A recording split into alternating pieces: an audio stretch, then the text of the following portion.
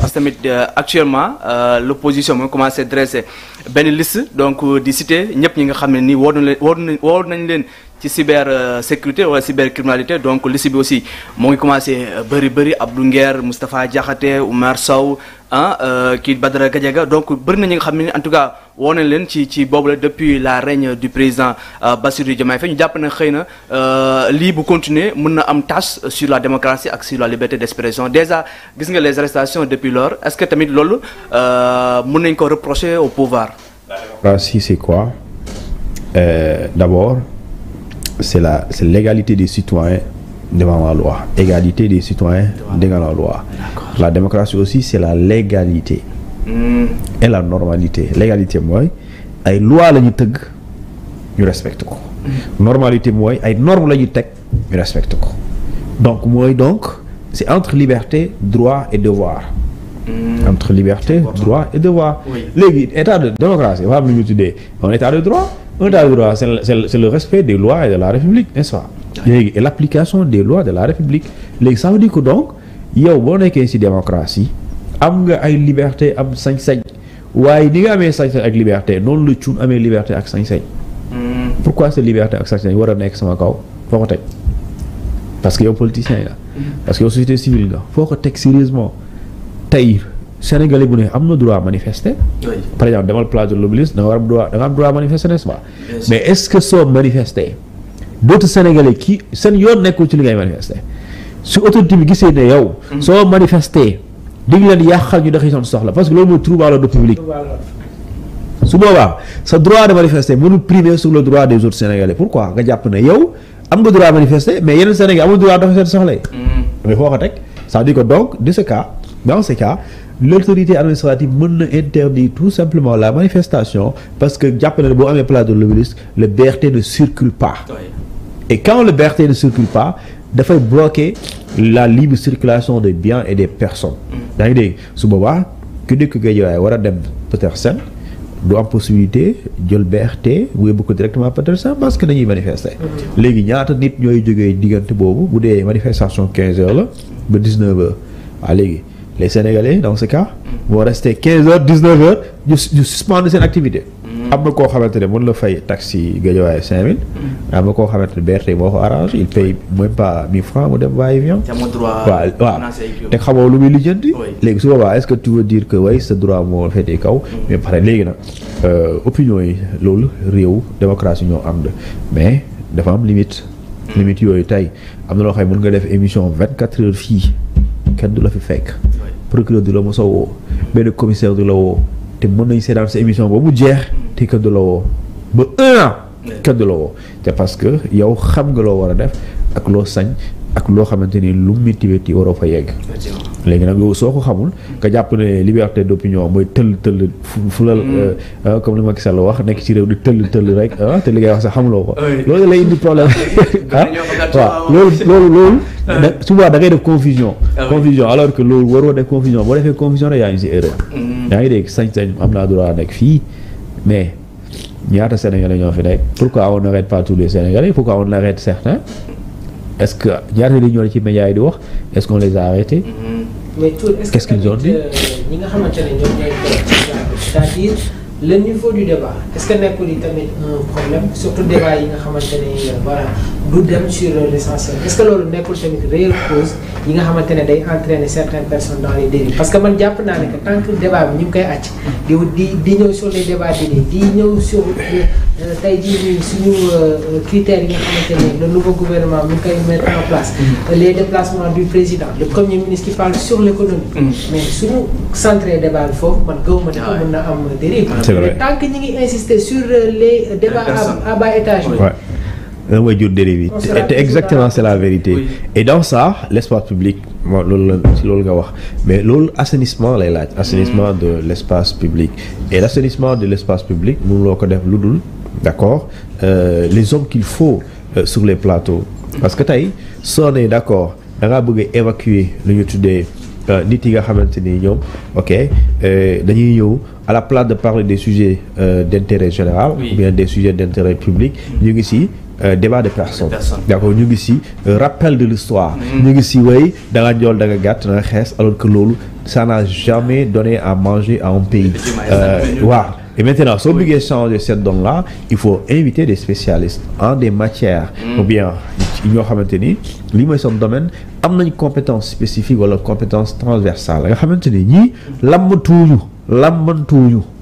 loolu soo ko defee su boobaa kenn da ngay gis la ñuy joxe opinion dañ fi jógee parce que joxe opinion ak analyse c'est pas la même chose et ñu Sénégal on fait pas de l'analyse pour la plupart façon là on ne fait pas de l'analyse parce que l'analyse tu es sur des faits out au jeu il y a pas de jeu tu es dans des faits da nga koy wax nu mu demee sa opinion nga garder ko pour yow mais ñu Sénégal fii on est de donneur on est ñoo xamante ni ils sont dans l'opinion mooy au lieu nga wax nga analyser wax yaa ngi ci sa xalaat mooy xalaat mooy waaye Sonko Diomaye non ñoom ñaar ñii dañuy xuloo léegi xoolal seen xaritoo bi non du dëgg loolu intéressé wu ni ci sëñ bi tu es dans l'opinion et loolu c'est pas l'analyse léegi nag soo nekkee ci ñu bëgg a changer donne bi loolu médias yi am na ci responsabilité et je pense que les premiers responsables dans cette histoire ce sont les médias d'État mooy la presse publique et loolu am na ci responsabilité la RTS l'APS Le Soleil et la RSI ñooñu dañ ci am responsabilité parce que tey le président Diomaye mais il est aux États-Unis n'est-ce pas ba tey mu fa mais les médias d'État su fekkente ni tey État am na au moins 4 supports lu gën a ndaw support 4 yi mais ñoom bu fekkente ni ñoom 4 supports yooyu ñu am mu nekk à leur disposition mënuñu fexe ba dominer débat bi maanaam orienter nit yi pour ñu copier si ñoom mais loolu vraiment ça pose problème. Et on a évoqué ce sujet ici la fois passée avec le professeur que est-ce que état bi actuellement amul problème de communication. mais une communication ki koy def c'est un professionnel de com. c'est pas koy jëlee fële mu nekk influenceur la com institutionnelle comme la communication de crise la communication d'entreprise da ngay dem jàngi ko.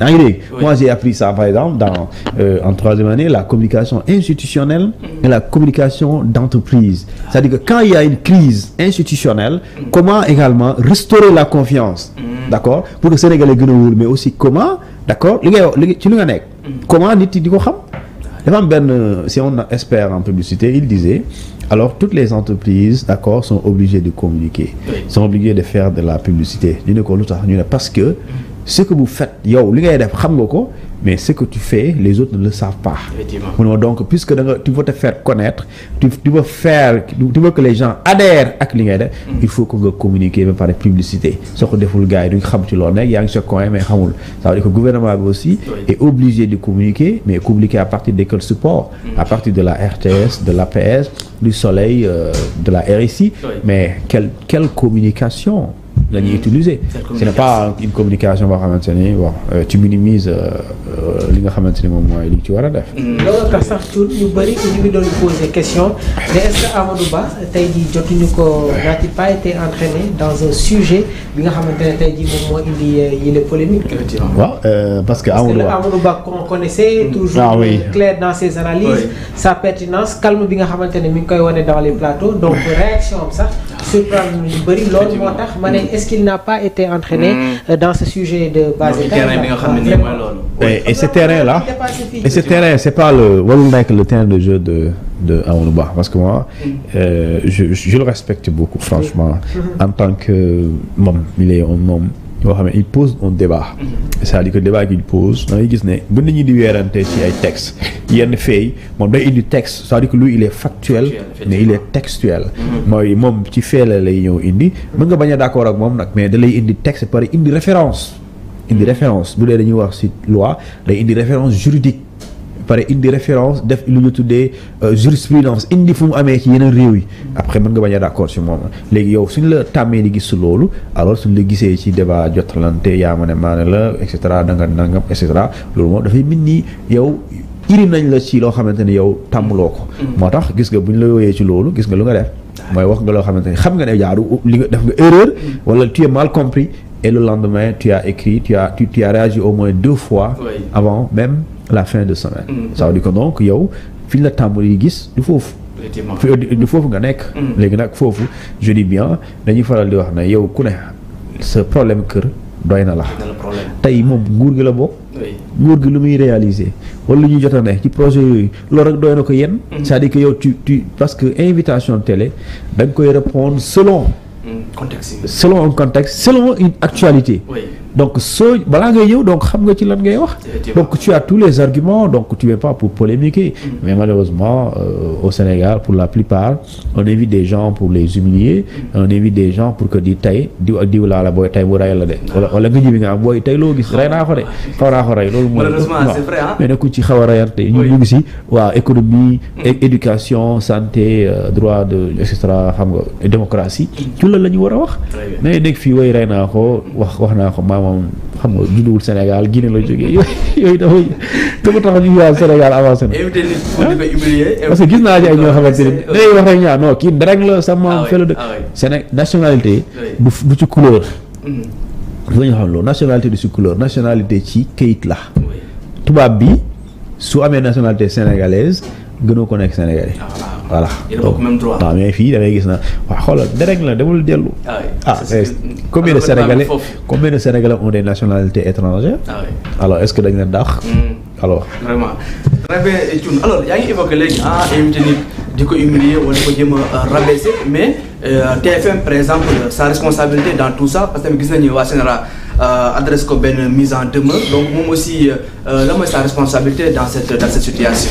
waaw xam nga Sénégal par exemple quand bu ñu koy créé ci loi wu 2006 précisément janvier alors dañ ko ne Sénégal yow kii nga organe de régulation de l'audiovisuel maanaam kuréel boo xamante ne yaay saytu li nga xamante ne moom mooy médias yi pour ñu jaar yoon pour ñu nekk ci li nga xamante ne la ñu signé parmi lu ñu signé am na cahier de charge donc mu nekk ay obligation mu nekk ay devoir yow média bi mais aussi ak ñi nga xamante ne ñoom ñoo nekk di liggéey ci média bi di créer ay